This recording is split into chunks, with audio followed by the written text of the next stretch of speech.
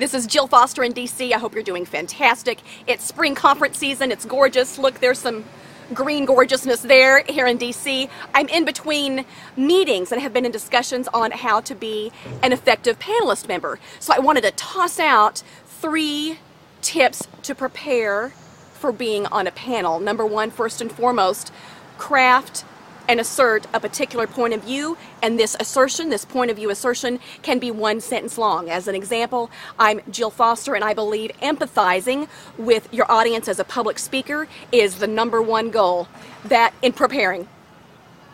So that is a particular tip. Craft a point of view. Next, be willing to assert that point of view early on and often. And by that I mean, let's say the moderator on the panel is giving the panelists a chance to introduce themselves, and panelists, are sharing their, mini biographical data. I work here, it's been this long, I serve as VP, I work at this capacity, I work with these types of clients, my favorite project is yada yada. Sometimes these introductions can go longer than what's ideal, simply because, the audience has 2,000 thoughts of their own a second going through their brain. That's just how our brains compute and process at lightning speed data, and giving out too much information like that can just be missed. But what helps is to simplify and literally link name to 1-line point of view perspective as much as possible. I am Jill and X. This is where I stand, and then share a little bit of biodata if there's time. Thirdly, work with the moderator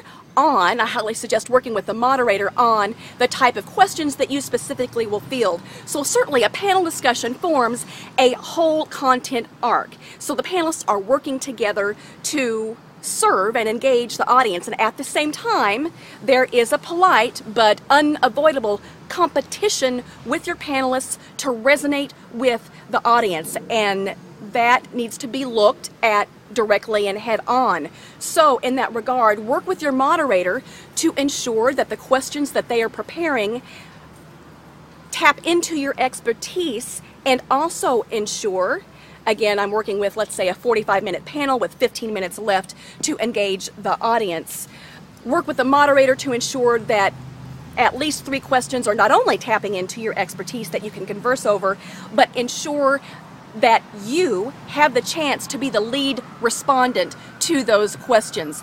Other panelists may want to chime in, but ask the moderator if you can be the lead respondent to 3 questions that you really want to champion. Enjoy spring conference season, and good luck with the conversations that you lead and also your panel discussions. Take care.